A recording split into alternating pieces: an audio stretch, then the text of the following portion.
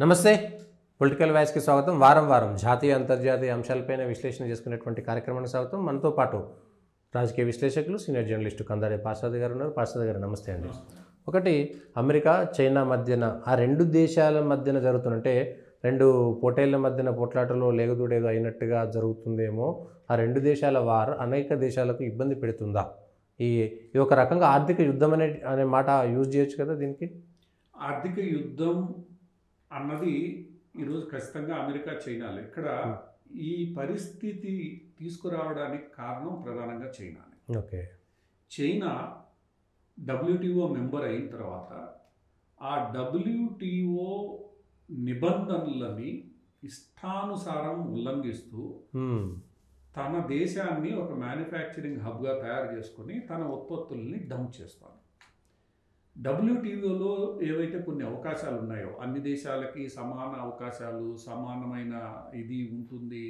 ఈ పన్నులకు సంబంధించిన కొన్ని నిబంధనలు, తక్కువ పన్నులకు సంబంధించిన నిబంధనలు ఇవన్నీ ఏవైతే ఉన్నాయో ఆ నిబంధనలన్నింటినీ చైనా అధికారికంగా అనధికారికంగా రెండు వైపులా దుర్వినియోగం చేస్తుంది. ఇప్పుడు WTO నిబంధనల ప్రకారం మ్యానుఫ్యాక్చరింగ్ ఇండస్ట్రీకి సంబంధించి చాలా నిబంధనలని ఆయా దేశాలు పాటించాల్సి ఉంటుంది. గౌరవనీయమైన వేతనాలు, వర్కర్లకు సంబంధించిన పలు నిబంధనలు, కాలుష్యానికి సంబంధించిన పలు నిబంధనలు, ఇవన్నీ కూడా WTO నియమాల్లో భాగంగా ఉంటాయి. వాటన్నిటినీ యథేచ్ఛగా ఉల్లంఘించి బయట దేశాలు ఏవి కూడా అక్కడ ఏం జరుగుతోందో తెలియనీయకుండా, ఎందుకంటే WTO కింద ఇన్స్పెక్షన్స్కి అవకాశం ఉంటుంది. చైనా ఏ రోజు ఇన్స్పెక్షన్స్కి అవకాశం ఇవ్వకుండా ఈరోజు చైనా మొండిగా ఈ మ్యానుఫ్యాక్చరింగ్ బేస్ని తయారు చేసుకుంది. అది ఈరోజు ఏ స్థాయికి చైనాలో మ్యానుఫ్యాక్చరింగ్ బేస్ చేసుకుంది అన్నది ఈ ట్రంప్ యుద్ధం మొదలుపెట్టిన తర్వాత బయటకు వచ్చిన వివరాలు చూస్తే ప్రపంచంలో అన్ని దేశాలు కలిపి మ్యానుఫ్యాక్చరింగ్ కెపాసిటీ ఎంత ఉందో అంత సమానంగా ఈరోజు చైనాలో మ్యానుఫ్యాక్చరింగ్ కెపాసిటీ ఉంది. అంటే చైనా ప్రపంచ దేశాలన్నింటికీ సమానంగా ఉత్పత్తులను క్రియేట్ చేస్తుంది. అది కేవలం ఒక రంగానికి సంబంధించింది కాదు. అది ఆర్టిఫిషియల్ ఇంటెలిజెన్స్, రోబోటిక్ టెక్నాలజీస్ దగ్గర నుంచి రోజు వేసుకునే బట్టలు, ఆహార పదార్థాల వరకు కూడా, పిల్లలు ఆడుకునే బొమ్మల దాకా అన్నీ చైనా ఈరోజు ఉత్పత్తి చేస్తారు. ఇది చైనా కమ్యూనిస్టు ప్రభుత్వం ఒక పథకం ప్రకారం ప్రపంచ దేశాలన్నిటి మీద ఆధిపత్యం కోసం చేసిన ఒక వ్యూహం. ఇది ట్రంప్ ఒక విషయాన్ని ఈ మొత్తం వ్యవహారం మీద స్పందిస్తూ చెప్పింది ఏంటంటే, ఈ WTO ఒప్పందాలు ఇవన్నీ కూడా, ఈ ఫ్రీ ట్రేడ్ అగ్రిమెంట్లు ఇవన్నీ కూడా అభివృద్ధి చెందుతున్న దేశాలని అమెరికా స్థాయికి తీసుకురావడం ఒకటైతే, అంటే అభివృద్ధి చెందిన దేశాల స్థాయికి తీసుకురావడం ఒకటైతే, అదే స్థాయిలో అమెరికా కూడా దానివల్ల మరింత లాభపడాలి. అంటే it is a win win situation for all. అంతేగాని అమెరికా స్క్వీజ్ అయిపోయి వీళ్ళందరూ అమెరికా స్థానాన్ని ఆక్యుపై చేసుకోవడం కాదు. నువ్వు ముందుకు రావాలి, నేను ముందుకెళ్ళాలి. నువ్వు 100 కోట్ల రూపాయలు సంపాదిస్తే నేను 200 కోట్లు సంపాదించాలి. అంటే ఇద్దరం ముందుకు వెళ్ళేటట్లు ఈ ఒప్పందాలు చేయడం జరిగింది తప్ప, మీరు అమెరికాని స్క్వీజ్ చేసేసి కేవలం మా దేశాలకు సంబంధించిన పరిశ్రమలనే కాపాడుకుంటాం అనేదైతే విధానం అవలంబించారో, ముఖ్యంగా చైనా అవలంబించిందో, దానివల్లే ఈరోజు ప్రపంచంలో ఈ పరిస్థితి తలెత్తింది. ఇప్పుడు ట్రంప్ విధించిన టారిఫ్లకి చైనాకి ఈ పరిస్థితి అంతా తెలుసు. చైనా పరిశ్రమ అంతా కూడా ఎగుమతుల మీద ఆధారపడి ఉంది. ఈరోజు 75% చైనీస్ ఇండస్ట్రీ, మ్యానుఫ్యాక్చరింగ్ ఇండస్ట్రీ కావచ్చు, ఏదైనా ఇండస్ట్రీ కావచ్చు, ఎగుమతుల మీద ఆధారపడి ఉంది. వాళ్ళు ఎక్స్పోర్ట్ చేయడం కోసం ఇండస్ట్రీస్ పెట్టారు అంతే. ఆ ఎక్స్పోర్ట్ లో డొమెస్టిక్ యూజెస్ తక్కువ కాదు. మెజారిటీ ఎక్కడికి వెళ్తుంది? ఈ వెస్టర్న్ వరల్డ్ కి వెళ్తుంది. అంటే అమెరికా, ఇతర పాశ్చాత్య యూరోప్ కంట్రీస్ కి. అవును. సో ఈరోజు అమెరికాకి ఎక్కువ శాతం వెళ్తున్న వేళ ఎప్పుడైతే టారిఫ్లు ట్రంప్ పెంచాడో, మిగతా దేశాలన్నిటి మీద పెంచాడు ఆయన. సుమారు 70 దేశాల వరకు పెంచితే మిగతా దేశాలకు కూడా తెలుసు ఈ అసమానత అనేది అమెరికా వాణిజ్యానికి సంబంధించి అన్ని దేశాల్లోనూ ఉంది. ఇప్పుడు వియత్నాం లాంటి దేశం తీసుకుంటే, వియత్నాం కూడా కమ్యూనిస్ట్ దేశమే.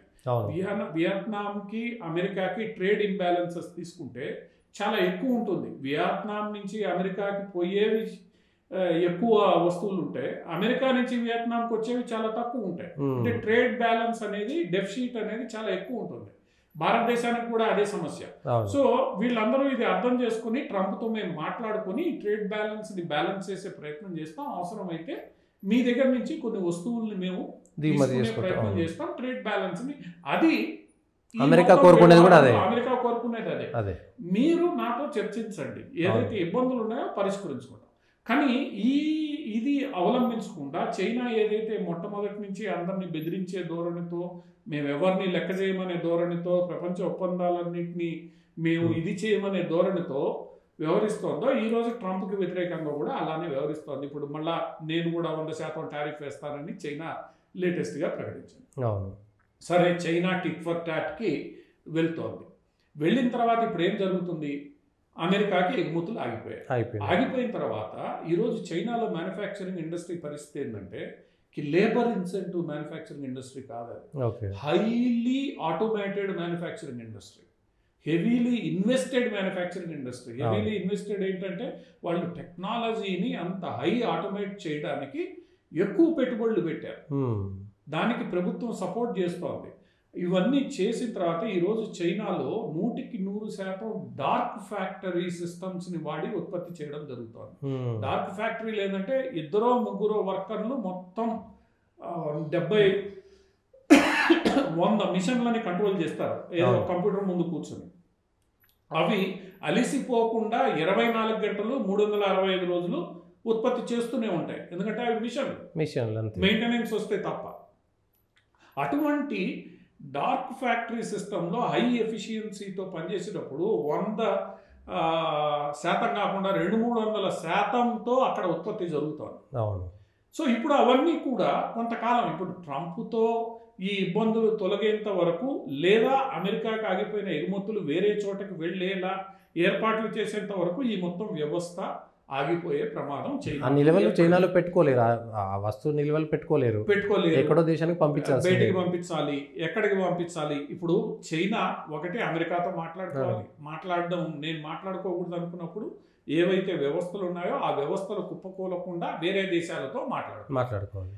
ఇక్కడ వేరే దేశాలు ఇప్పుడు భయపడుతున్నది ఏంటంటే, చైనా దగ్గర ఉన్న హైలీ ఎఫిషియంట్ మ్యానుఫ్యాక్చరింగ్ సిస్టమ్తో తయారైన ఉత్పత్తులు అత్యంత తక్కువ ఖర్చుతో, ఎందుకంటే చైనా ప్రభుత్వం అక్కడ ఫ్యాక్టరీలకి మద్దతు ఇస్తుంది కాబట్టి వాడు 9 లాభం లేకుండా ఈరోజు సరుకులను ఎక్కడైనా డంప్ చేయగలడు, ఎందుకంటే ట్యాక్స్ రిలీఫ్ ఇచ్చేస్తుంది. భారతదేశం లాగా ప్రజాస్వామ్య దేశం కాదు, అంబానీకి నువ్వు 1% తగ్గిస్తే ఓ అని రాజకీయ నాయకులంతా గోల్ చేయడానికి. అక్కడ ప్రభుత్వం నిర్ణయం తీసుకుంటే అక్కడ ఎవడో ప్రశ్నించేది లేదు. అటువంటి వ్యవస్థ ఉన్న దేశం ఈరోజు తలుచుకుంటే 100 రూపాయల వస్తువుని 10 రూపాయలకి ఎక్కడికైనా పంపించగలరు. సో ఈ పరిస్థితుల్లో ఎక్కడ చైనా ఉత్పత్తులు మిగతా దేశాల మీద వచ్చి పడతాయి? ఎందుకంటే ఎక్కడో చోట పంపించాలి, నువ్వు ఇంట్లో పెట్టుకోలేదు. ఇల్లు నిండిపోతే నీ ఉద్యోగాలు పోతే అన్రెస్ట్ వస్తుంది, ఇదంతా కమ్యూనిస్ట్ పార్టీకి ఇబ్బందిగా మారుతుంది. అందువల్ల కమ్యూనిస్ట్ పార్టీ ఏం చేస్తుంది? పోతే 100 రూపాయలు కదా, 10 రూపాయలకి డంప్ చేయండి వేరే చోటకి, అక్కడి నుంచి పోతూ నష్టం వచ్చేది ఏం లేదు. అటువంటి పరిస్థితి ఈ రోజు ప్రపంచ దేశాలకు ఎదురవుతోంది. ఈ రోజు చైనా ఆడిన డ్రామా ఏదైతే WTOని అడ్డం పెట్టుకొని ఆడిందో, ఏ దేశమైనా తనకెంత అవసరమో ముందు అది పూర్తి చేసుకోవాలి, ఆ తర్వాత తాను మిగతా దేశాలకి ఎక్కడికి పంపించగలనో పూర్తి చేసుకోవాలి. కానీ చైనా ఏకపక్షంగా వరల్డ్ మ్యానుఫ్యాక్చరింగ్ హబ్గా తయారు చేస్తుంది. అంటే ఈ లెక్కలు చూస్తే China is equals to entire world. అవును. అటువంటప్పుడు నువ్వు ఇప్పుడు దాన్ని ఏం చేస్తావు? అంతే, యూజర్స్ నీ దగ్గర లేదు. దాంతో ఈరోజు ఆసియాన్ దేశాలు, ముఖ్యంగా Indonesia, Malaysia, Laos, Vietnam, Cambodia, Myanmar, Philippines లాంటి దేశాలన్నీ కూడా ఈరోజు ముఖ్యంగా టెక్స్టైల్ రంగం కావచ్చు, ఏది లేబర్ ఇన్సెంటివ్ మ్యానుఫ్యాక్చరింగ్ సెక్టర్ ఏదైతే ఉందో వాళ్ళందరూ భయపడిచి వస్తున్నారు. ఎందుకు? వీడికి 100 రూపాయలు ఒక మీటర్ గుడ్డ చేయడానికి పడితే 10 రూపాయలతో ఇప్పుడు చైనా హైలీ క్వాలిటీ బేస్డ్, ఇప్పుడు చైనా మిషనరీ చాలా హైలీ సోఫిస్టికేటెడ్, మంచి క్వాలిటీ నాణ్యత ఉన్న బట్ట 10 రూపాయలకి దొరికితే ఏమవుతాయి ఈ ఇండస్ట్రీలు? వీళ్ళు 10 రూపాయలకు అమ్మలేరు, ఎందుకంటే వీడికి 100 రూపాయలు పడుతుంది, వాడు అమ్మగలడు. సో మొత్తం మూసుకోవాలి. ఇప్పటికే ఆసియాన్ దేశాలలో రాబోయే ఈ ఉపద్రవాన్ని ఎలా ఎదుర్కోవాలి అని ఆసియాన్ దేశాలన్నీ తల్లబట్టుకుంటున్నాయి. ఎందుకంటే ఆసియాన్ దేశాలు మొట్టమొదటగా చైనాతో ఫ్రీ ట్రేడ్ అగ్రిమెంట్ చేసుకున్నాయి. అవును అవును ఆసియాన్ కూటమి ఏదైతే ఉందో ఆ రోజు మనల్ని చేరమంటే మనం చేరలేదు. అవును ఆసియాన్ కూటమి చైనాతో ఫ్రీ ట్రేడ్ అగ్రిమెంట్ ఉంది. ఆ ట్రేడ్ అగ్రిమెంట్ని నువ్వు ఉల్లంఘించకుండా ఎలా వీటిని ఆపాలి? అంతే. WTO ఏంటంటే రెసిప్రోకల్ టారిఫ్స్ మాత్రమే నువ్వు వేయగలుగుతావు. అంతే. నువ్వు నాకెంత ఇస్తున్నావు, నేను నీకంత.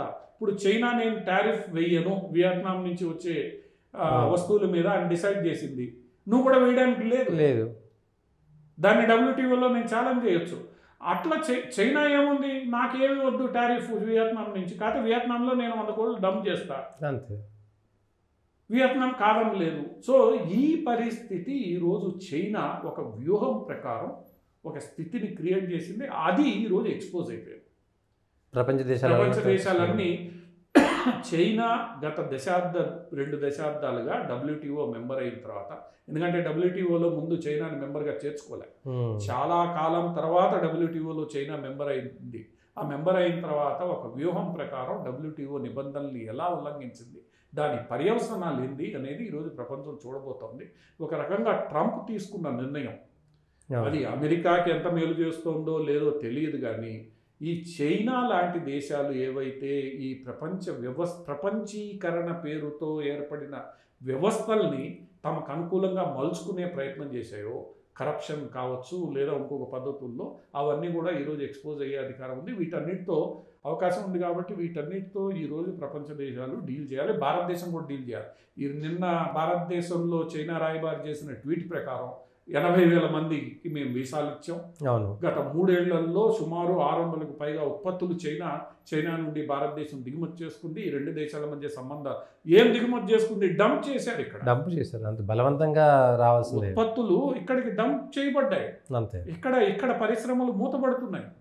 ఈరోజు ఏదో మన టెక్స్టైల్ పరిశ్రమకి బంగ్లాదేశ్కి ఎక్కువ టారిఫ్ వేశారు, వియత్నాంకి ఎక్కువ టారిఫ్ వేశారు కాబట్టి మన టెక్స్టైల్ పరిశ్రమ బాగుంటుంది అనుకుంటారు.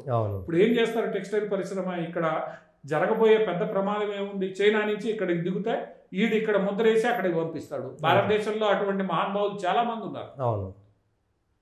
దొంగతనంగా చైనా నుంచి తెచ్చుకొని రీబ్రాండ్ చేసి పంపించే మహానుభావులు చాలా మంది ఉన్నారు.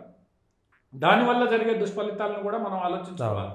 సో ఈరోజు ప్రపంచ దేశాలన్నీ ఈ ట్రంప్ తీసుకున్న నిర్ణయాల కారణంగా ఎటువంటి పర్యవసనాలు ముఖ్యంగా చైనా నుంచి వస్తాయి అన్నది ఆసక్తికరంగా ఎదురు చూస్తున్నారు. ఆసక్తికరంగా మారింది. మరి దీన్ని ఎలా ఈ దేశాలు తీసుకుంటాయి? ఎప్పుడైతే ఇదంతా బయటకు వస్తుందో ట్రంప్ ఇంకో నిర్ణయం తీసుకున్నారు. ఏం తీసుకున్నాడు? 90 రోజులు నా టారిఫ్లు ఆపుతున్నా చైనా మీద. మిగిలిన దేశాలకు కొంత వెసులుబాటు అంటే ఈ దేశాలు ఇది అర్థం చేసుకోవాలి, చర్చలకు రావాలి. ఇది ఈ మొత్తం ప్రపంచ వాణిజ్య వ్యవస్థ ఈరోజు ట్రంప్ ఇంకోసారి నెగోషియేట్ చేసే పరిస్థితులు సృష్టిస్తున్నాడు. మన భారతదేశం పీయూష్ గోయల్ కూడా అదే చెప్పాడు. ఇమిగ్రేషను వాటన్నిటిని పక్కన పెడితే ఏదైతే టారిఫ్ల మీద నష్టం ఎవరికి వస్తుంది?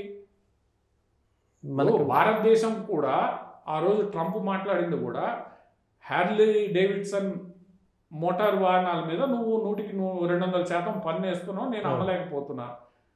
అది నువ్వు ఎందుకు చేసావు? నీ ఇండస్ట్రీని ప్రొటెక్ట్ చేసుకోవడానికి. ఈరోజు అమెరికా చేస్తే తప్పేంది? నువ్వెవరు ప్రశ్నించడానికి? నువ్వు నీ ఇండస్ట్రీని ప్రొటెక్ట్ చేసుకోవడానికి ఏవైతే చర్యలు తీసుకున్నావో ఈరోజు అమెరికా తీసుకుంటుంది. అమెరికా తీసుకుంటుందంటే మీరు గగ్గోలు పెడతారు, మీరు తీసుకుంటే మాత్రం అమెరికా నోరు మూసుకొని ఉండాలంటే కుదరదు. 2 దేశాలు కలిసి పనిచేసినప్పుడు 2 దేశాలు చర్చించుకొని చేసుకోవాలి. అది ప్రజాస్వామ్యమైన పద్ధతి. అంతేగాని నాకు అనుకూలంగా ఉంటేనే నేను చేస్తా అని ఈరోజు చైనా ఏదైతే చెప్తుందో అది కుదరదు. ఆ విషయాన్ని ఈరోజు ట్రంప్ ప్రపంచానికి తెలిసేలా చేశాడు. అది ట్రంప్ మంచి చేస్తున్నాడా చెడు చేస్తున్నాడా అనేది రాబోయే 6 నెలల కాలం, ఆయనే 6 నెలల కాలం తీసుకున్నాడు. ఇప్పుడు దీని ఫలితాలు ఎలా ఉంటాయో చూద్దామని. సో ఈ రాబోయే 6 నెలల కాలంలో చైనా కూడా మధ్యలో ఇంకో మాట ఏమనింది, మేము కూడా చర్చిస్తాం. ఎందుకంటే వాళ్ళకి తెలుసు వాళ్ళ ఎకానమీ కుప్పకూలిపోతుంది అన్న విషయం వాళ్ళకి తెలుసు. వాళ్ళు రీనెగోషియేషన్ టేబుల్కి రావాల్సిందే. ఈ ఒప్పందాలన్నీ సమీక్షించబడాల్సిందే. ఈ ఒప్పందాలన్నింటినీ ఎలా మిస్యూజ్ చేస్తున్నారు? ఇప్పుడు జయశంకర్ పదే యూరోప్ చెప్పిందంతా ప్రపంచం చెప్పాలి అని అనుకుంటే తప్పు అన్నది ఏదైతే ఉందో, ఈరోజు చైనా చెప్పిందంతా ప్రపంచం ఆడాలి అని అంటే అది కుదిరే వ్యవహారం కాదు. అన్ని దేశాలు సమానంగా కూర్చొని మాట్లాడాలి. చిన్న దేశమా పెద్ద దేశమా అన్నది ఏ లేదు. దేశానికి స్థాయిలో ఆ దేశం అందరూ కలిసి సో ఇది ఒక రకంగా ప్రపంచీకరణ సిద్ధాంతం గత 3 దశాబ్దాలుగా ఏదైతే నడుస్తుందో దాన్ని రివ్యూ చేసుకునే అవకాశంగా మనం భావించాలి. అది రివ్యూ కాబడితే సరిగ్గా ఏం జరుగుతోంది, అందరికీ ఎలాంటి అవకాశాలు వస్తాయి, అందరూ కలిసి ఎలా ముందుకెళ్ళచ్చు. అంతేగాని కేవలం కొందరు ముందుకెళ్ళడం కొందరు వెనకబడిపోవడం అనేది కుదరదు. ఏదైతే ప్రధాన లక్ష్యం ఉందో ఈ ప్రపంచీకరణది అందరూ కలిసి ముందుకు వెళ్ళడము అనేది ఏదైతే ఉందో అది సాధించబడాలి. ఇంకొకటి బెంగాల్లో నిన్న ముర్షిదాబాద్ ఏరియాలో అసలు కత్తిపోట్లు రోడ్ల మీదకి వచ్చేసారు, శాంతి భద్రత లేవు, బీఎస్ఎఫ్ సిఆర్పిఎఫ్ పోవాల్సి వచ్చింది. వక్ఫ్ అమెండ్మెంట్ బిల్లును నేను బెంగాల్లో అమలు చేయనని ఏకంగా ముఖ్యమంత్రి ప్రకటించారు. అసలు వక్ఫ్ అమెండ్మెంట్ బిల్లుకు అంత రియాక్షన్ రావడానికి కారణం ఏంటి? అది బెంగాల్లోనే ఎందుకు వచ్చింది? బార్డరింగ్ స్టేట్ అది కూడా. బెంగాల్లో ముస్లింల ప్రాబల్యం ఉంది. అక్కడ మమతా బెనర్జీ గారు సగం ముస్లిం అనేది అందరికీ తెలిసింది. ఆమెకి వాళ్ళ ఓట్లే ఆధారం, కీలకం. హిందువుల ఓట్లు పడతాయో లేదో తెలియదు. 20% వరకు ఉన్నారనేది ఒక లెక్క. సో అనధికారికంగా ఇంకా బంగ్లా నుంచి వచ్చిన వైపు ఓట్లు వేస్తారు అనేది కూడా అక్కడ కాంగ్రెస్కి వేయట్లేదు, కమ్యూనిస్టులకు వేయట్లేదు, ఆమెకే వేస్తున్నారు అనేది ఆ ఓట్లు అనేది బీజేపీ ఇతర పక్షాలకు కీలకం అనేది. ఇప్పుడు దీంట్లో 2-3 అంశాలు. నేను చట్టం అమలు చేయను అని ఆ వండానికి నువ్వెవరు అనడానికి? ఇప్పుడు కేంద్ర ప్రభుత్వం జాతీయ పార్లమెంటు ఒక చట్టాన్ని చేసింది. దాన్ని నేను అమలు చేయను అంటే అది నీ కర్మ. ఎందుకంటే చట్టం అయితే అమల్లోకి వచ్చింది, గెజిట్ నోటిఫికేషన్, రాష్ట్రపతి సంతకం పెట్టి గెజిట్ నోటిఫికేషన్ అయిన తర్వాత చట్టం అమల్లోకి వచ్చింది. నేను అమలు చేయను అనడానికి నీకు అవకాశం లేదు. ఒకవేళ ఆ చట్టానికి సంబంధించి ఏవైనా ఇబ్బందులు, పిటిషన్లు అవి వస్తే నేను పరిష్కరించను, వాటి మీద కూర్చుంటాను అని మాత్రమే మమతా బెనర్జీ ప్రభుత్వం చేయగలదు. కానీ ఎంతకాలం కూర్చుంటావు? కోర్టులు ఒకసారి కోర్టులు ఏం చేస్తాయి? కోర్టులు చట్టం ప్రకారం పనిచేస్తాయి. ఒక వివాదం కోర్టుకు చేరితే ప్రభుత్వం దాని మీద స్పందించకపోతే కోర్టుకు చేరుతుంది. కోర్టులు చట్ట ప్రకారం పనిచేస్తే అమలు చేయించే బాధ్యత కోర్టులది. అప్పటికీ నేను అమలు చేయను అనంటే అవి కోర్టులు చూసుకుంటాయి. అంతే. కోర్టుల ఆదేశాన్ని నేను ధిక్కరిస్తాను, అమలు చేయను అని కూర్చుంటే ఈరోజు అదే కోర్టులు గవర్నర్ల నిష్క్రియాపరత్వం అన్న పేరుతో ప్రశ్నించాయి. నేను అమలు చేయకుండా కూర్చుంటా, డెసిషన్ తీసుకోను, ఎంతకాలం డెసిషన్ తీసుకోకుండా కూర్చుంటావు అన్న దాని మీద ఎట్లయితే కోర్టులు ప్రశ్నించాయో గవర్నర్లని, రేపు అదే కోర్టులు నిన్ను కూడా ప్రశ్నిస్తాయి. ఇప్పుడు చట్టం అమల్లోకి వచ్చింది, ఆ చట్టాన్ని కొట్టివేయనంత కాలం, అంటే సుప్రీం కోర్టు కొట్టివేయనంత కాలం ఆ చట్టం అమల్లో ఉన్నట్టు లెక్క. దేశమంతా అమల్లో ఉంది. నువ్వు నేను చేయను అంటే కోర్టులు చూసుకుంటాయి. ఒకవేళ కోర్టులు చెప్పింది నువ్వు వినకపోతే ఈరోజు గవర్నర్లు ఎలా అయితే ప్రశ్నించారో రేపు కోర్టులు కూడా దేశవ్యాప్తంగా ఎక్కడ లేని బెంగాల్లో మాత్రం ఎందుకు జరుగుతున్నాయి? ఇప్పుడు బెంగాల్లో 2-3 అంశాలు కేవలం బెంగాల్లోనే ఎందుకు జరుగుతున్నాయి. ఒకటి, 25,000 మంది టీచర్ల ఉద్యోగాలని ఈరోజు మమతా బెనర్జీ పొట్టన పెట్టుకుంది. స్కామ్ కింద అది సుప్రీంకోర్టు కూడా దాన్ని సమర్థించింది. ఒక రకంగా గ్రామీణ ప్రాంతాల్లో, ఎందుకంటే గ్రామీణ ప్రాంతాల్లో అక్కడ ప్రభుత్వ టీచర్లు చాలా బలంగా ఉంటారు. వాళ్ళ యొక్క అభిప్రాయాలు చాలా బలంగా వినడం జరుగుతుంది. అటువంటి ప్రభుత్వ ఉద్యోగస్తులు టీచర్లు ఎవరైతే 25,000 మంది ఈరోజు రోడ్డు మీదకి వచ్చారు అంటే నీ చేతగానితనం వల్ల ఈరోజు గ్రామీణ ప్రాంతాల్లో నీ ప్రతిష్ట ఈ ఇష్యూ నుంచి ప్రజల్ని డైవర్ట్ చేయడానికి ఈరోజు మమతా బెనర్జీ ఈ వక్ఫ్ అల్లర్లు, ఎందుకంటే సహజంగా ఆమెకు అది సులభం, రెచ్చగొట్టడం అదంతా చేయడం సులభం. ఇది మొట్టమొదటి కారణం. తాను చేసిన అవినీతిని కప్పిపుచ్చుకోవడానికి రంజాన్ రోజు ఈ హిందూ మతం దిక్కుమల్ల మతంలో నేనున్న బాధపడుతున్నా ముస్లింల అపీజ్మెంట్ ని, ముస్లింల మద్దతును ఉపయోగించుకొని ఇది ఇష్యూ నుంచి డైవర్ట్ చేయడానికి ఆమె ఉపయోగించుకుంది. ఇది మొట్టమొదటిది. రెండవది, మనం ఇందాక అనుకున్నట్లు నేను అమలు చేయను అనుకున్నప్పుడు మళ్ళీ దానికి వ్యతిరేకంగా ఉద్యమాలు ఎందుకు? అంతే. ఇప్పుడు మమతా బెనర్జీకి అంత కెపాసిటీ ఉంది, వక్ఫ్ చట్టం మేము అమలు చేయము అనుకున్నప్పుడు ముషీరాబాద్లో నీ మద్దతుదారులు రోడ్డు ఎక్కాల్సిన పనే ఉంది, అవసరమే లేదు. కానీ ఎక్కారు అని అంటే దాని అర్థమైంది, నీకు తెలుసు అది ఈ రోజు కాక రేపైనా అమలు చేయాల్సిన పరిస్థితి వస్తుంది, కాబట్టి ఈరోజు ఈ ఇష్యూ డైవర్ట్ చేయాలి, కాబట్టి వీళ్ళని నేను రెచ్చగొడతా, హింసని. ఇటువంటి హింసాత్మక సంఘటనలు ముఖ్యంగా ముస్లిం డామినేటెడ్ బోర్డర్ ఏరియాస్లో తరచుగా జరుగుతూనే ఉన్నాయి. ఆ మహిళా రేప్కి సంబంధించిన అంశం అవును కానీ అవును అమ్మాయి డాక్టర్ అమ్మాయి చాలా అంశాలు. ఆ డాక్టర్ అమ్మాయే కదా, అంతకుముందు ఒక అసెంబ్లీ ఎలక్షన్లకు ముందు ఒక మహిళ మీద అసభ్యకరంగా ప్రవర్తించారని, బీజేపీకి ఓటేశారని చెప్పి ఇవన్నీ కూడా మమతా బెనర్జీ కావాలని చేస్తుంది. చివరికి ఈరోజు పరిస్థితి ఏంటి, టీఎంసీలోనే వర్గాలుగా తయారై తనుకునే పరిస్థితి కూడా ఏర్పడింది. ఎందుకంటే సుదీర్ఘకాలం ఎలక్టెడ్ ఎంపీలే కొట్లాడుకుంటున్నారు. అధికారంలో ఉన్నప్పుడు అధికారం పంచుకోవడానికి తగాదాలు మొదలు వస్తాయి. సో మమతా బెనర్జీ ఇప్పటికే 15 సంవత్సరాలు పూర్తి చేసుకునే ప్రయత్నంలో ఆమె ఉన్నారు. ఈ రాబోయే రోజుల్లో అసమ్మతి అన్ని రకాలుగా ఇవన్నీ ఉంటాయి. వీటన్నిటి నుంచి డైవర్ట్ చేయడానికి అనుకున్న ఏకైక ఆయుధం ఈ అల్లర్లు చెల్లరచ్చగొట్టడం.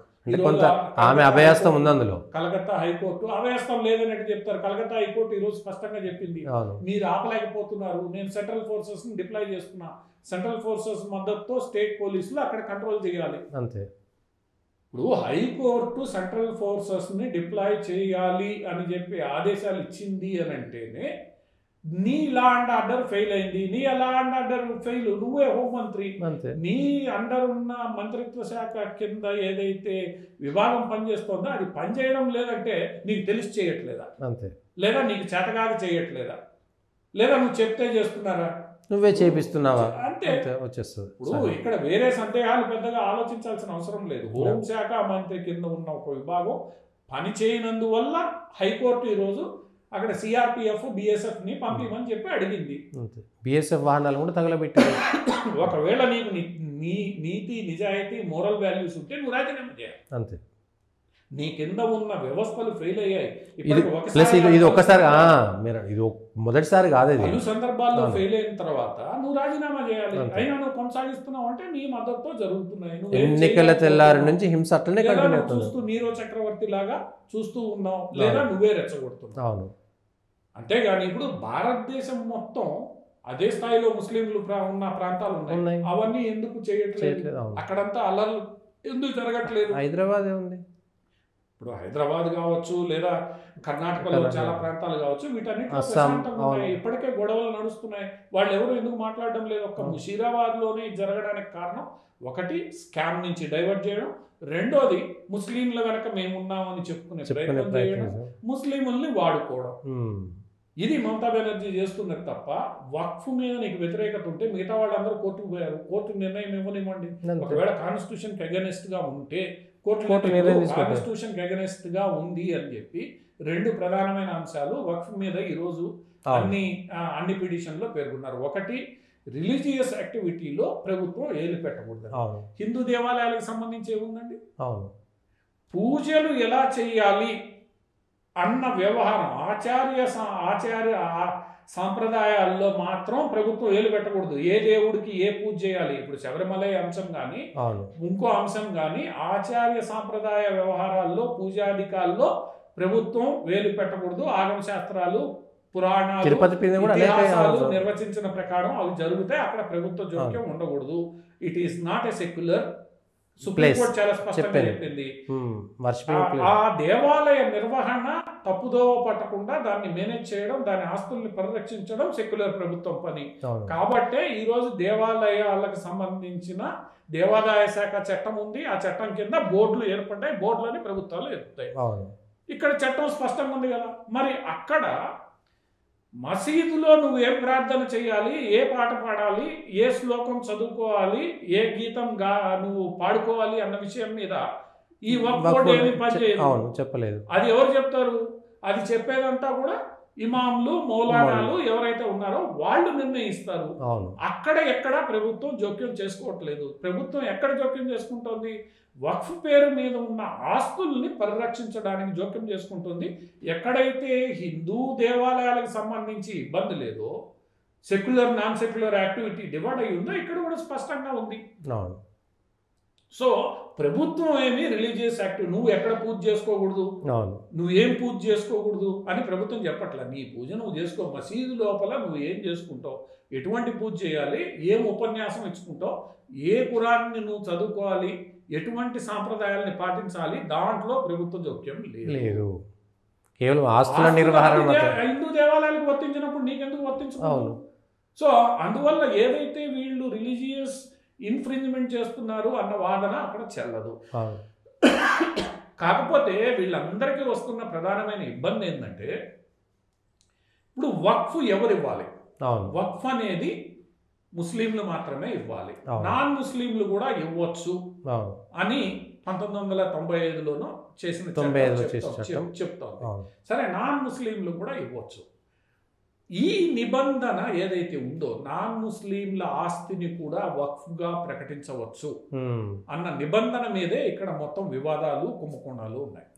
నాన్ ముస్లిం ఇవ్వచ్చు, ఎలా ఇవ్వచ్చు? ఒకటి, వాడి సంతోషంగా ఇవ్వడం, కాగితాలు, ఒక బిల్లు, ఒక పత్రం ఏదో ఉండాలి. అది అందరూ అంగీకరిస్తారు. నా ఇష్టం, నా ఆస్తిని నేను ఎవరికైనా దానం చేసుకుంటాను. ఇక్కడ జరుగుతున్నది ఏంటి?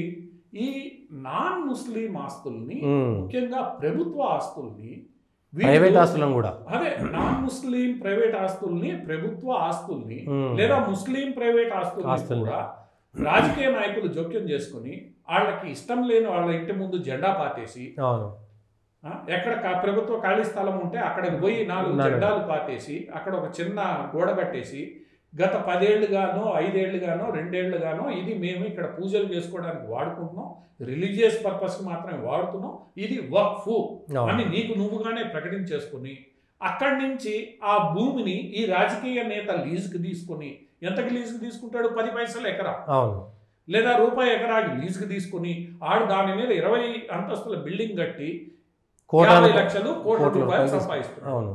ఇది ఇక్కడ ప్రధానమైన సమస్య. ఇదే నిబంధనని కూడా వీళ్ళు ప్రశ్నిస్తున్నారు. వక్ఫ్ బై యూజర్ అనే నిబంధన ఏదైతే కొత్త చట్టంలో తొలగించబడ్డదో అది తొలగించడం మా హక్కుల పరిరక్షణలో ప్రభుత్వం జోక్యం చేసుకుంటుంది. ఎందుకు జోక్యం చేసుకుంటుంది? ఇప్పుడు నీకు ఎవడైనా, ఇప్పుడు దేవాలయాలకు ఎవరైనా ఆస్తి రాసిస్తే పత్రం అయ్యారు, రాజు ఇచ్చినా కూడా లెక్క పత్రం ప్రభుత్వ దీంట్లో ఉంటాయి. ప్రభుత్వ లెక్కల్లోనూ అది నీదని ఉండదు, ప్రైవేట్ గా ఒరిజినల్ ఓనర్ ఎవడో ఉంటాడు, వాడు నీకు ఇచ్చాడు, సంతోషంగా నీకు ఇచ్చాడు, దానికి ఎందుకు ఇచ్చాడో తెలియదు. ఇప్పుడు సాధారణంగా ఒత్తిడికి భయపడి ఇవ్వకూడదు నీకు సంతోషంగా ఇవ్వాలి. మరి ఏ పర్పస్కి ఇచ్చాడు? భయంతో లోబడి ఇచ్చాడా, ఒత్తిడి? ఇవన్నీ చూసుకోవాల్సిన బాధ్యత ఉంటుంది. ఇవన్నీ చూసుకోకుండా నువ్వు జెండా పాతేసి ఆక్యుపై చేసుకుని కోట్లు సంపాదిస్తున్నావు ఏదైతే ఉందో.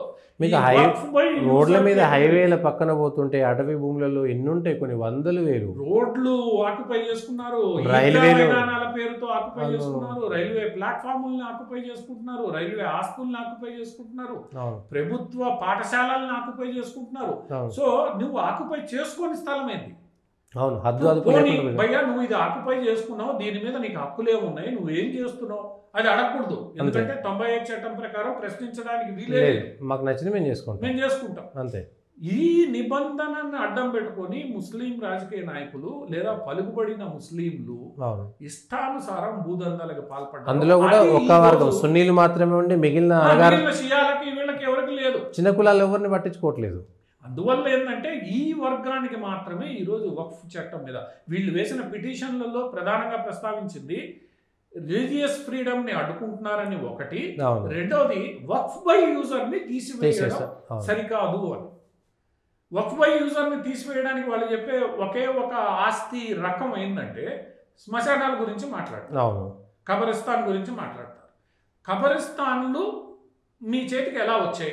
ఒకటి, పోనీ అక్కడ గత 10 ఏళ్ళుగా 20 ఏళ్ళుగా 30 ఏళ్ళుగా అక్కడ సమాధులు ఉంటే అది మొత్తం ముస్లిం సముదాయానికి సంబంధించిన కబరిస్తాను ఉన్నట్టుండి ఒక రోజు ఒక సమాధి వెలుస్తుంది అక్కడ, ఆ మొత్తం స్థలం ఆ సమాధికి సంబంధించింది అంటే ఎట్లా?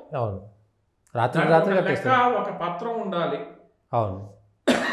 అక్కడ మా మానీయుల సమాధి ఉంది అని నువ్వు రాత్రికి రాత్రి ఎట్లా చెప్తావు? అసలు ఇంకా అక్కడ నిన్ను అలౌ ఎవడు చేశాడు? నీ ఇష్ట ప్రకారం నువ్వు అక్కడికి పోయి చేసేసి అది నాది భూమి అని అంటే 2 రైలు పట్టాల మధ్యలో పెట్టి ఇక్కడ అది ఎట్లా కుదురుతుంది? ఇక్కడ కొంత లాజిక్ తో ముస్లిం సమాజం కూడా అలా. అందుకనే ముస్లిం సమాజంలో చాలా మంది మొత్తం వ్యవహారం అర్థం చేసుకున్నారు. ఇష్టానుసారం ఈ నిబంధనలని వాడుకొని ముస్లిం రాజకీయ నేతలు ఇస్లాంలో పలుకుబడి ఉన్న వ్యక్తులు భూదందాలకి భూ కుంభకోణాలకి పాల్పడుతున్నారనే స్పష్టం. బాధితులలో 10-15 వేల మంది ముస్లింలు కూడా ఉన్నారు. అటువంటి భూదందాలకు పాల్పడిన వాళ్ళల్లో ముస్లిం నాయకులు వేరే పార్టీలు వాళ్ళు ఉంటే పర్లే, ఎక్కువ శాతం కాంగ్రెస్ పార్టీ నాయకులే. అవును ఈరోజు భారతీయ జనతా పార్టీలో ముస్లిం నేతలు లేరు. అవును ఉన్న వాళ్ళు కబ్జా చేసిన వాళ్ళు ఎవరు కాదు. కమ్యూనిస్టులు పాపం కబ్జా చేయరు, వాళ్ళు జెండాలు పాతారు, ఏదో ఆ వ్యవహారం వేరు. వందల కోట్ల ఆస్తుల్ని కబ్జా చేసింది ఎవరంటే ఈ ముస్లిం రాజకీయ పార్టీ నాయకులు, ముఖ్యంగా కాంగ్రెస్ పార్టీలోని ముస్లిం రాజకీయ నాయకులు. అవును ఈ రోజు వీళ్ళ బండారాలు ఎక్కడ బయటకు వస్తాయనే భయంతో వీళ్ళు ఈ రోజు సుప్రీంకోర్టు పోయారు. ఇవన్నీ బయటకు వచ్చేస్తాయి ఖచ్చితంగా రావాలి కదా. 6 నెలల లోపల నువ్వు ఎగ్జిస్టింగ్ ఆస్తులన్నీ డిక్లేర్ చేయాలి కదా కొత్త చట్టం ప్రకారం. ఇప్పుడు ఈ ఆస్తులు డిక్లేర్ చేసిన దాంట్లో కాగితాలు చూపించాల్సి. కేంద్ర ప్రభుత్వం ఇంకో చర్య తీసుకుంది. తెలంగాణలో 70,000 ఎకరాల వక్ఫ్ వ్యవసాయ భూమి ఉంది అని లెక్కలు చెప్తున్నాయి. ఈ లెక్కల్ని తేల్చడానికి కేంద్రం రాష్ట్ర ప్రభుత్వ సమ్మతితో ఏం చేసింది, ఐఐటి బాంబేకి పని అప్పచెప్పింది. రేపు 3 నెలల్లోనో 6 నెలల్లోనో ఐఐటి బాంబే వాళ్ళు ఈ 70,000 ఎకరాలు ఎవరి దగ్గర ఉన్నాయి, ఎవడు అక్యుపై చేశాడు, నిజంగా వక్ఫేనా, వక్ఫ్ అయితే కబ్జా ఎవరి దగ్గర ఉంది అన్న లెక్కలు తీస్తారు. ఇది ఫస్ట్ ఫేజ్. ఫస్ట్ ఫేజ్ తర్వాత తెలంగాణ ప్రభుత్వం కేంద్ర ప్రభుత్వం చెప్పేది ఏంటంటే వాణిజ్య ఆస్తులు, పట్టణాలు నగరాల్లో ఉండే ఆస్తుల లెక్క కూడా ఇలానే తీస్తాం. రేపు అవన్నీ బయటకు వస్తే రానివ్వండి. మీరంత నిజాయితీగా వక్ఫుని వక్ఫుగానే పేద ప్రజల సంక్షేమానికి, ముస్లిముల్లో పేదరికాన్ని రూపుమాపడానికి ఉపయోగిస్తే మంచిదే, ప్రపంచం తెలుస్తుంది. ఇప్పుడు చర్చిలు ఎన్ని వచ్చినా కూడా వాళ్ళు పెట్టిన కాన్వెంట్లు, హాస్పిటళ్ళు ప్రజలకు ఉపయోగపడ్డాయి అన్న విషయాన్ని అందరూ అంగీకరిస్తారు. ఆ విషయాన్ని హిందూ సంస్థలు కూడా అంగీకరించాయి. ఈరోజు హిందూ సంస్థలు కూడా హాస్పిటల్స్, విద్యాశాలల్ని పెట్టడంలో ముందంజలో ఉన్నాయి. ఎందుకు, మనం సమాజానికి పనిచేస్తేనే సమాజం మన మాట వింటుంది అనే ఉద్దేశంతో. మీరు కూడా అలా చేసుంటే మంచిది. ఇప్పుడు వక్ఫ్ని మీరు పేద ప్రజల సంక్షేమానికి ఉపయోగించారని చెప్పి నిరూపణ చేయండి, వక్ఫ్ యాక్ట్ ఆటోమేటిక్గా కోర్టులో కొట్టేస్తారు. ఇవన్నీ చేయకుండా ఆస్తులని ఆక్యుపై చేసుకుని, చట్టాలని ఉల్లంఘించి, భూకుంభకోణాలకి తెరలేపి, ఇష్టానుసారం డబ్బులు చేసుకుని, అది ముస్లిం సమాజానికి అందులో కొందరు మాత్రం బాగుపడ్డారు. ఈ రోజు ముషీరాబాద్ లో జరిగేది ఏంది, బెంగాల్లో జరుగుతున్నది ఏంది, ఇష్టానుసారం ఆ ఎకరాలు ఆక్యుపై చేసుకున్నారు. ముందు కమ్యూనిస్టు ప్రభుత్వం అలో చేసింది, ఇప్పుడు మమతా బెనర్జీ గారు పూర్తి హక్కులు ఇచ్చేశారు. దీంతో అసలు లెక్కలు ఎక్కడ బయటకు వస్తాయి, ఎక్కడ తృణమూల్ కాంగ్రెస్ నాయకులు వ్యక్తుల పేర్లు కూడా బయటకు వస్తాయి. ఇప్పుడు వ్యక్తుల పేర్లు కూడా బయటకు వస్తాయి. అన్ని బయటికి రావాలి. నేను అమలు చేయొద్దు, మంచిది. కోర్టులు ఎవరిని కాపాడు కోర్టులు చూసుకుంటాయి అంతే. అందువల్ల ఈ వక్ఫ్ కుంభకోణాలు ఈరోజు ప్రపంచానికి తెలియాలి. అంతే. తెలిస్తే ఒకవేళ మంచి చేస్తుంటే అది మంచి పేరు మీకే, అంతే. మంచి చేయకపోతే వాస్తవాలు ఏందో ప్రపంచానికి తెలుస్తాయి. వక్ఫ్ చట్టం నిజంగా చెడ్డదైతే ప్రజలే బీజేపీని వ్యతిరేకిస్తారు కదా. ప్రాక్టీస్ లో వేలు పెట్టలేదు. ఏ పూజ చేయకూడదు అని నేను చెప్పడం లేదు, నువ్వేం చేయకూడదు చెప్పడం లేదు, నువ్వు మసీదుని వాడద్దు అని చెప్పడం లేదు. మసీదు పరిరక్షణ నా బాధ్యత. వక్ఫ్ కౌన్సిల్ చేసేది ఏంటి, అసలు ఆ కట్టిన మసీదు అక్రమంగా సక్రమంగా కూడా చూడాల్సి, దాన్ని అభివృద్ధి చేయాలి, దాని నిధుల్ని సక్రమంగా వినియోగించుకోవాలి. ఇది చేయకుండా మమతా బెనర్జీ, అసదుద్దీన్ ఓవైసీ ఇటువంటి వాళ్ళు ఈరోజు అసదుద్దీన్ ఓవైసీ మొన్న హైడ్రా జరిగినప్పుడు ఏం చేసింది, చెరువు మధ్యలో ఆయన అక్బరుద్దీన్ గారు కళాశాల కట్టుకున్నాడు. చెరువు మధ్యలో అవును, చెరువుని సగం పూడ్చి నేను ఆత్మహత్య చేసుకుంటా ఇవన్నీ. రేపు వక్ఫ్ ఆస్తులు లెక్క పెట్టేటప్పుడు ఆత్మహత్య చేసుకుంటాడో, ఆయన ఎవరిని అడ్డం పెడతాడో, ఏం చేస్తాడో, ఇంకేం బెదిరిస్తాడో తెలియదు. నిజాయితీ ఉంటే ఇవన్నీ అవసరం లేదు. ఇదిగో నా కాగితాలు ఇవి, నేను కోర్టులో చూపించుకుంటా, క్లెయిమ్ చేసుకుంటా, అంతే. అవి లేనప్పుడే కదా సమస్య. ఇప్పుడు స్వాతంత్రం వచ్చి 75 సంవత్సరాలు అయింది. రికార్డుల ప్రక్షాళన పలు సందర్భాల్లో జరిగింది. అంతకుముందు కేటీఆర్ తెలంగాణ ఏర్పడిన తర్వాత కూడా రికార్డుల ప్రక్షాళన జరిగింది. ఇప్పుడు మళ్ళీ దాంట్లో లోపాలు ఉన్నాయని భూభారత్ పేరు మీద కాంగ్రెస్ గవర్నమెంట్ చేస్తుంది. రికార్డుల ప్రక్షాళన జరిగిన తర్వాత కూడా ఇంకా రికార్డులు తేలకపోతే ఇంకెప్పుడు తేలుస్తారు? చేయాల్సిందే, దానికి ఎక్కడో చోట మొదలు పెట్టాల్సింది. కేవలం వక్ఫ్కు సంబంధించే కాదు, మొత్తం భూములకు సంబంధించి ఎలాంటి అక్రమాలు ఉన్నాయి, ఏం జరుగుతున్నాయి, ఏంటి. ఈరోజు హైదరాబాద్ సెంట్రల్ యూనివర్సిటీ వివాదమే తీసుకుంటే, హైదరాబాద్ సెంట్రల్ యూనివర్సిటీ మీద యూనివర్సిటీ ఆక్యుపేషన్ లో ఉన్న 1200 ఎకరాలకే పట్టానే లేదు. ఇప్పుడు ఎవడైనా అన్యాక్రాంతం చేయొచ్చు, ఎవడైనా కబ్జా చేసుకోవచ్చు. ఇప్పుడు నువ్వే చెప్పావు, హైదరాబాద్ సెంట్రల్ యూనివర్సిటీ మీద పట్టానే లేదు కాబట్టే రకరకాలుగా మేము వెనక్కి తీసుకున్నామని. పట్టా ఇవ్వకుండా ఇన్ని రోజులు అక్కడ యూనివర్సిటీ ఎట్లుంది? ప్రభుత్వ వ్యవస్థ ఎంత వైఫల్యం చెందింది ఈ ఒక్క ఉదంతమే తెలుస్తుంది. అంతే. అంటే మీరే పని చేయరు, పని చేయకుండా మీరే అవకాశం ఇస్తారు, చట్టంలో లొసుగుల్ని ఉపయోగించుకొని మీరే ఆక్యుపై చేస్తారు, మీరే మళ్ళా పరిష్కారం ఇస్తారు. ముస్లిం సమాజంలో జరిగింది కూడా ఇదే. రాజకీయ నాయకులు లొసుగుల్ని వాడుకున్నారు, తమకు అనుకూలంగా చట్టం చేయించుకున్నారు, కోటీశ్వరులు అయ్యారు. ముస్లింలో పేదలు ఏమైనా మారారా? హైదరాబాద్ పాత బస్తీలోకి వెళ్తే మనకు తెలుస్తుంది పరిస్థితి. అందువల్ల మమతా బెనర్జీ లాంటి వాళ్ళు కేవలం ఫ్యాషన్, వాళ్ళ యొక్క ప్యాషన్ని ఉపయోగించుకొని స్వార్థ రాజకీయ ప్రయోజనాలకి రెచ్చగొట్టడం మినహా ఈరోజు భారతదేశంలో ముస్లిం సమాజం వీళ్ళందరికీ ముస్లింలంతా ఓటు బ్యాంక్ కాదని తెలిస్తే వాళ్ళ కోసం పనిచేసే వాళ్ళు ఎవరు దొరకరు. ఎవరు చేయరు. ఓటు బ్యాంక్ కాదని తెలిస్తే వక్ఫ్ చట్టం మీద రాహుల్ గాంధీ, ప్రియాంక గాంధీ ఎందుకు మాట్లాడలేదు? ఎక్కడ క్రిస్టియన్ సమాజం ఓట్లు పోతాయో భయం కేరళలో. అవును, ఎందుకు మాట్లాడలేదు? ఏదో ఒక స్వార్థం ఎక్కడో చోట. అమిత్ షా మాట్లాడాడు, ఇంకోటి మాట్లాడాడు. ప్రధాన ప్రతిపక్ష నాయకుడు మళ్ళీ అన్నా చెల్లెళ్ళు ఇద్దరు ఎందుకు మాట్లాడలేదు? కీలకమైన బిల్లు ఎందుకు మాట్లాడలేదు? నువ్వు ఓటేయడానికి వచ్చావు కానీ ప్రతి చిన్న విషయం మీద గంటల గంటలు ఉపన్యాసం ఇచ్చే ప్రతిపక్ష నాయకుడు, ప్రధాన ప్రతిపక్ష నాయకుడు ఈ బిల్లు మీద ఎందుకు మాట్లాడలేదు? అంటే ఎక్కడనో వీళ్ళకి లోపల భయం ఉంది, కానీ దాన్ని బయట పెట్టలేరు. కక్కలేక మింగలేని పరిస్థితి వచ్చింది. వాస్తవాలు తెలుస్తాయి ప్రజలకి. ఇప్పుడు తమిళనాడుకు సంబంధించి సుప్రీంకోర్టు గవర్నరు సంతకం పెట్టకుండానే, రాష్ట్రపతి సంతకం పెట్టకుండానే డీమ్డ్ అనేటువంటి ఒక మాట వాడి రాష్ట్రపతి గవర్నర్ వ్యవస్థను ఎగతాళి చేశారు. లేకపోతే వీళ్ళు పరిధి దాటింది సుప్రీంకోర్టు అనేటువంటి ఒక చర్చ మొదలైంది. సుప్రీంకోర్టు తప్ప లేకపోతే వీళ్ళే తప్ప, ఎట్లా దాన్ని అర్థం చేసుకుంటారు? ఇద్దరిది తప్పే. ఒకటి, గవర్నర్ కూడా ఒక నిర్ణయాన్ని తీసుకోకుండా ఒక నిర్ణయంలో లోపాలు ఉంటే లోపాలను చెప్పి బిల్లు వెనక్కి పంపించాలి. ఒకవేళ బిల్లు మళ్ళా రెండోసారి పంపిస్తే దాంట్లో కూడా లోపాలు ఉన్నప్పటికే హైకోర్టుకో సుప్రీంకోర్టుకో రెఫర్ లీగల్ ఒపీనియన్ తీసుకుని ఆ ఒపీనియన్ని స్పష్టంగా చెప్పాలి. అంతేగాని ఆ బిల్లుల మీద సంవత్సరాల తరబడి కూర్చోవడం అనేది ఒక రకంగా వ్యవస్థ పనితీరుకి ఇబ్బందికరంగా మారుతుంది. ఇది ఒకటి ప్రధానమైన అంశం. రెండవ అంశం, సుప్రీంకోర్టు చాలా సందర్భాల్లో ఇలాంటి నిర్ణయాల మీద, ముఖ్యంగా పార్టీ ఫిరాయింపుల చట్టానికి సంబంధించిన నిర్ణయాల మీద తన తీర్పులు ప్రకటించేటప్పుడు స్పీకర్లకి సూచనలు చేసింది, అంతేగాని మీకు ఈ నిబంధనలు పెడుతున్నామని చెప్పలేదు. అలా గవర్నర్లకి రాష్ట్రపతికి సూచనలు చేయకుండా నిర్ణయం తీసుకోవడం అనేది ఒకళ్ళ పరిధిని దాటి ఇంకొళ్ళ పరిధిలోకి వెళ్ళడమే. అందుకనే కేంద్ర ప్రభుత్వం దీని మీద రివ్యూ పిటిషన్ వేసింది. అంటే సుప్రీంకోర్టు తన పరిధిని దాటింది, గవర్నర్లు కూడా నిష్క్రియాపరత్వాన్ని తీసుకొని రాకుండా ఉండాల్సిన బాధ్యత గవర్నర్లకు కూడా ఉంటుంది, స్పందించాల్సిన బాధ్యత గవర్నర్ల మీద కూడా ఉంటుంది. ఇద్దరు తప్పు చేశారు. ఇప్పుడు దీని మీద రివ్యూ పిటిషన్ కేంద్ర ప్రభుత్వం దాఖలు చేసింది. రివ్యూ పిటిషన్ దాఖలు చేసేటప్పుడు ఇదే అంశం మీద కేరళ ప్రభుత్వానికి సంబంధించిన కేసును ప్రధాన న్యాయమూర్తి వింటూ ఆ సందర్భంగా కేరళ ప్రభుత్వం మా కేసును కూడా ఏ బెంచ్ అయితే తమిళనాడు ప్రభుత్వానికి సంబంధించిన వ్యవహారంలో తీర్పిచ్చిందో అక్కడికి పంపించండి, మావి కూడా అవే కారణాలంటే ప్రధాన న్యాయమూర్తి ఒప్పుకోలేదు. దీని మీద చర్చించాల్సిన అవసరం ఉంది, అందువల్ల మేము 16వ తారీఖు వింటామని స్పష్టంగా చెప్పారు.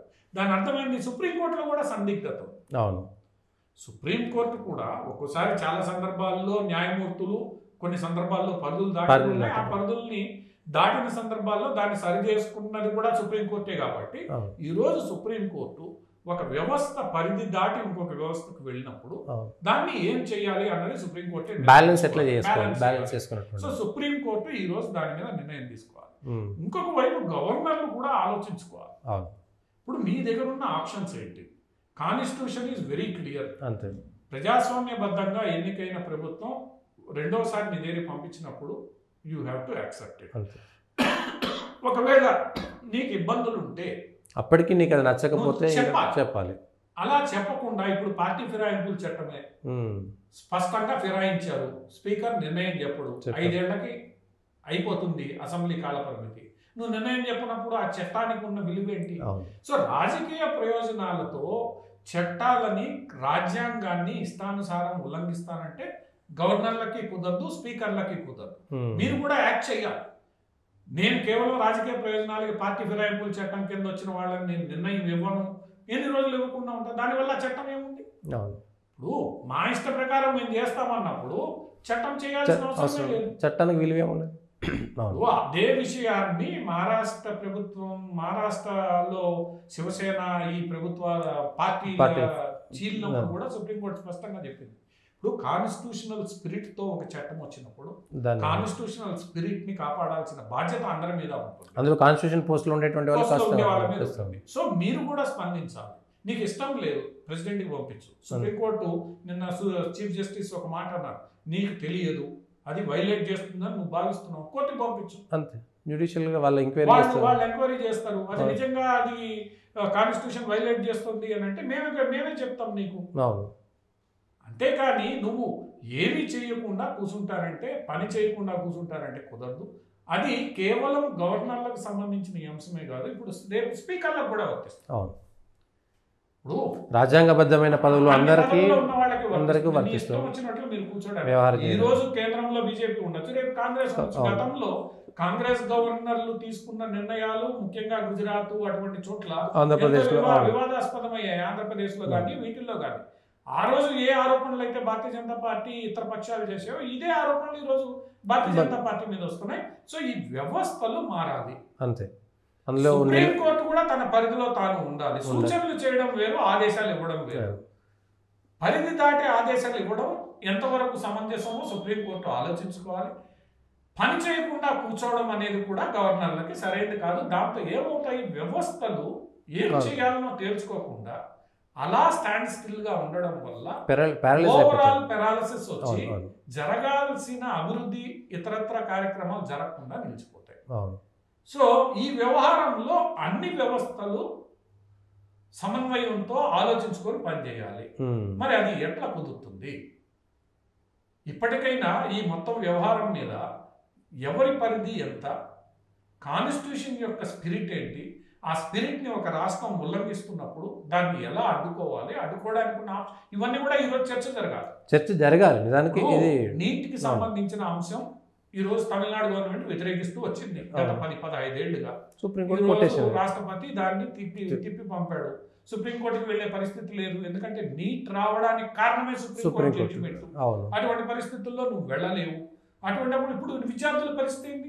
మళ్ళీ చచ్చుకుంటూ నీట్ రాయాల్సిందే కదా. విద్యార్థుల్ని ఈ పాటికి తయారు చేసి నీటికి ముందుకు తీసుకొచ్చి ఉండాలి. 15 ఏళ్లలో మిగతా రాష్ట్రాలు అన్ని చేసాయి కదా. ఈ రోజు 15 ఏళ్ల తర్వాత నీ విద్యార్థులు నువ్వు తయారు చేసుకుంటున్నావు. మిగతా రాష్ట్రాల విద్యార్థులు ఆ నీటికి అనుగుణంగా సిలబస్లు మార్చుకొని ముందుకు చదువుకొని వచ్చేస్తున్నారు. నువ్వు నీ విద్యార్థుల్ని 15 ఏళ్ళు వెనక్కి తీసుకుపోయి ఇప్పుడు ఇంటర్మీడియట్ బోర్డులు కూడా నీట్ ఎగ్జామ్ దృష్టిలో పెట్టుకుని సిలబస్లు మార్చుకున్నాయి. అది అంగీకరించాల్సిందే కదా. అంటే నువ్వు చేసింది ఏంటి? మొండి రాజకీయ వితండవాదంతో ఈరోజు నీ విద్యార్థులకి నష్టం చేసే ప్రయత్నం చేశావు. ఇప్పుడు భాషా వివాదం కూడా అంతే. డిఎంకే ఓనర్లుగా ఉన్న ప్రైవేట్ పాఠశాలల్లో ద్వితీయ భాష హిందీ అమలు చేస్తున్నారు. ఆ విషయాన్ని డిఎంకే ప్రభుత్వాన్ని ప్రశ్నిస్తే అవి ప్రైవేట్ పాఠశాలలు, అవి సిబిఎస్ఈ పాఠశాలలు. ఒరే నీకు